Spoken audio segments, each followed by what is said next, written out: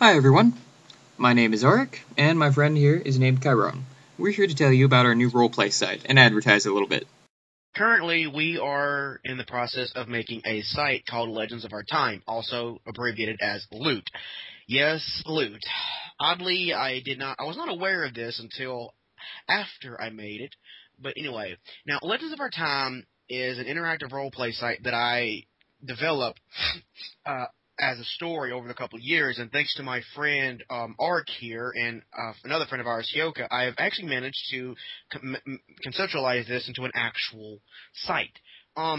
Overall, Loot supports freedom, constructive freedom, mind you, and that I've noticed a lot of sites not really having that. Either they do, and it's too much, and it's not really balanced, as you could say, and some sites are just too, constricted.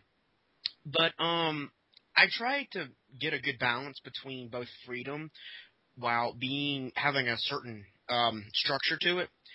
And anyway, Loot follows the story of a modern day human world. It's about 2010, 2012, and but there are like a few other worlds too. You got the demon world, which is pretty chaotic.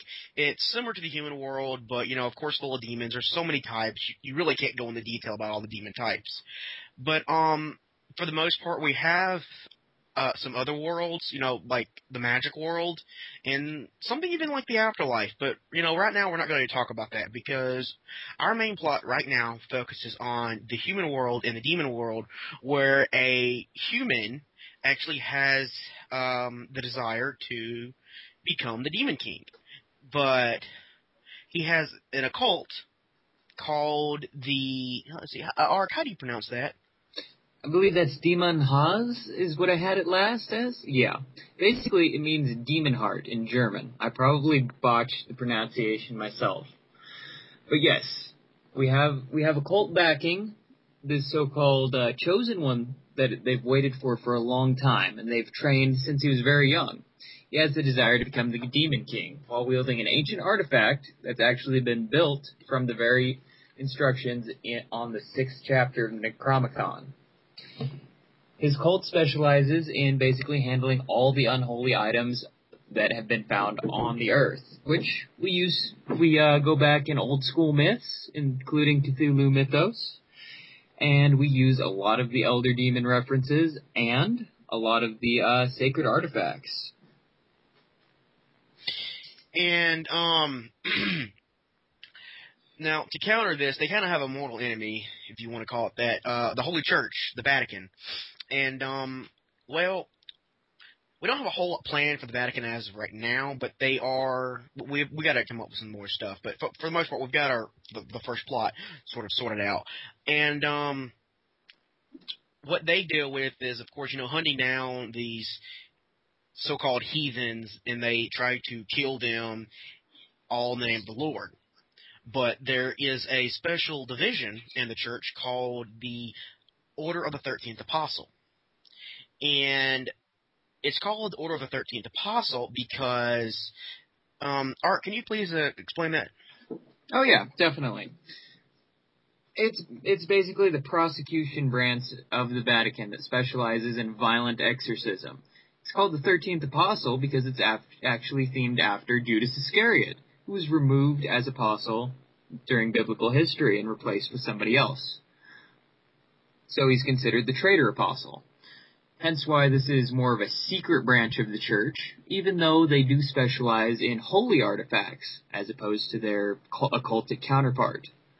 This is basically their special forces division that would be exterminating monsters, occults, and high-level demons that find their way into the human realm.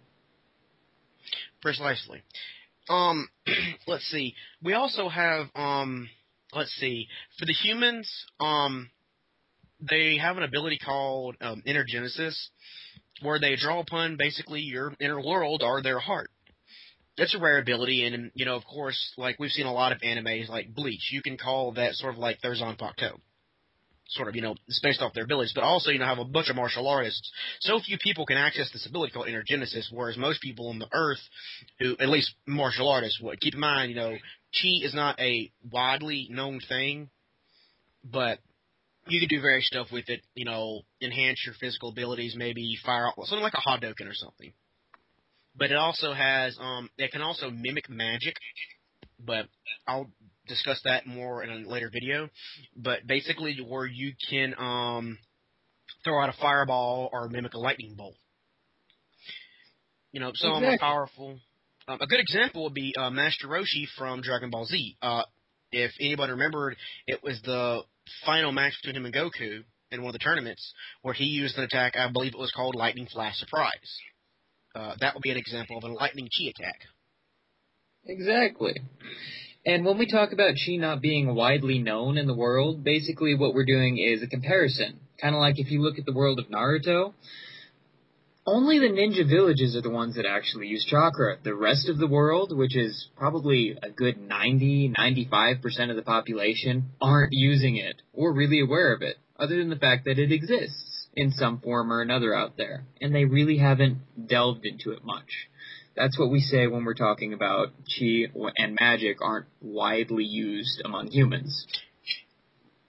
And demons, they use something called Yoki, which translates into demon energy. Negative energy! Pretty much, it sort of exists in a little bit less amounts inside demons, but it's a decently amount. It's a little bit stronger. I'll say that. And we also introduced alchemy. Not a lot of series use alchemy, so we kind of branched off the ideas from Full Metal Alchemist a little bit here and there.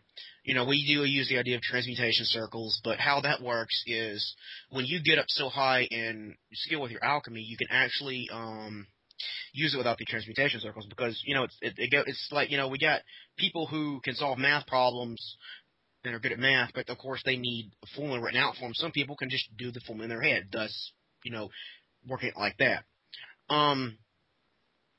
But overall, I really can't think of anything else to say. Do you have anything to add? Well, I think I'll just go back and expound a little bit upon the energy, and then I'll recap our stat system, because we are using sort of a pseudo-stat system on loot, but not anything that really involves a lot of math. I was going to go back to what you were talking about Yoki. Basically, you were saying that it exists in smaller amounts, but at the same time, it's more potent. Mm-hmm. What you can liken it to is actually the density between water and oil, or something like steel and titanium. While you might have less of it, it's actually substantially more powerful, to the point that you don't need as much of it.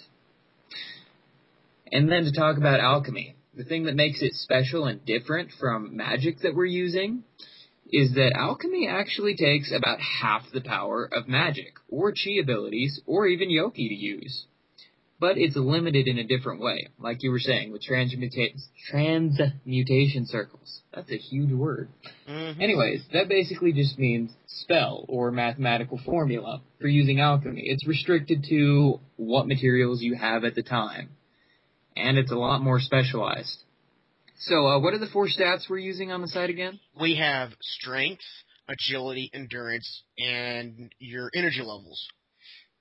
And pretty much how strength works is we have, of course, we go from E, D, C, B, A, and then S.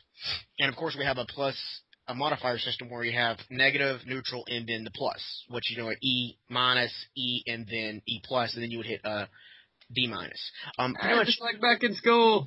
Oh, God. School. No, this is a lot more simple, but pretty much these stats is pretty much when you're E, you can consider yourself your average human. When you get up to D, that's like your martial artists, and getting up to D plus is like, your world-renowned martial artists, and pretty much when you punch a wall, it's a wall buster. C rank. Oh, you're Batman. Yes, you are Batman. Actually, D rank is a very good idea because, he can lift up to about 1,000 pounds, maybe a little bit more. And C is where you start getting where you can moving at Mach speeds, destroying, entire rooms with a single punch, maybe a house. B rank is more or less you're getting up into hypersonic levels, destroying entire buildings. I mean, leaving a good chunk size crater on the ground. A is more or less like your mountain busters, moving even faster than high tier hypersonic. And we even have S class, which we don't have an S minus for the reason we showcase the true vast difference in power from A to S.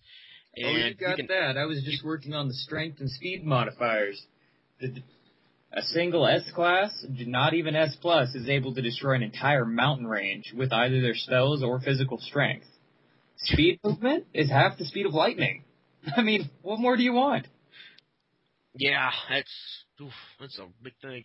But pretty much when you get in the upper tier about S+, S class alone, you're a force of nature. You're doing things that probably should not even happen. You can pretty much defy the logic of physics by that point.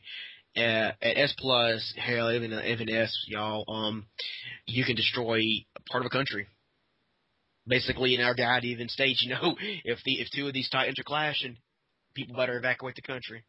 But I think that pretty much sums up for our first video. Unless you have anything else to add for a conclusion arc, anything?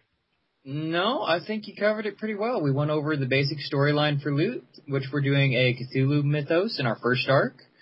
Delving into some ancient artifacts, got a Demon King going on, and we covered our stat system. All we're going to do now is point you to the link at the bottom in the description, and we're going to flash it up here on the YouTube page, because we're trying to get people motivated into this new site. Brand new, open, and ready for people to roll.